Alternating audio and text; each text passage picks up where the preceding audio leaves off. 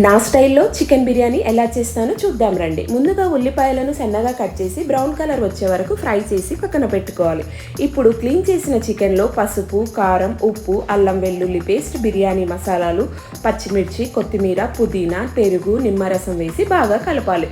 అందులో కొంచెం ఫ్రై చేసిన ఆనియన్స్తో పాటు వాటిని వేయించిన నూనె కూడా వేసి మరోసారి కలిపి 1 గంట మ్యారినేట్ చేసుకోవాలి. తర్వాత మ్యారినేట్ చేసిన చికెన్ను ఒక 5 నిమిషాలు స్టవ్ పై పెట్టి ఉడికించాలి. మరోవైపు బాస్మతి రైస్ని 70% వరకు ఉడికించి పక్కన పెట్టుకోవాలి. ఇప్పుడు బిర్యానీ గిన్నెలో కొంచెం నూనె, కొంచెం గీ వేసి రైస్, చికెను, ఫ్రై చేసిన ఉల్లిపాయలు, కొత్తిమీర, పుదీనా ఇలా లేయర్స్గా వేసుకోవాలి. మధ్య మధ్యలో గీ వేసుకుంటూ చివరిగా ఫ్రై చేసిన ఉల్లిపాయలు, కొత్తిమీర, పుదీనా వేసి ముందుగా నానబెట్టిన కుంకుమ పువ్వు నీటిని పోయాలి. ఫుడ్ కలర్ కంటే ఇది చాలా బెస్ట్. ఇప్పుడు మూత పెట్టి 45 నిమిషాలు దమ్లో ఉడికించాలి. అంతే, నా స్టైల్లో వేడివేడి చికెన్ బిర్యానీ రెడీ. ఇలాంటి కొత్త రెసిపీల కోసం నా ఛానల్ని సబ్స్క్రైబ్ చేసి లైక్ చేయండి.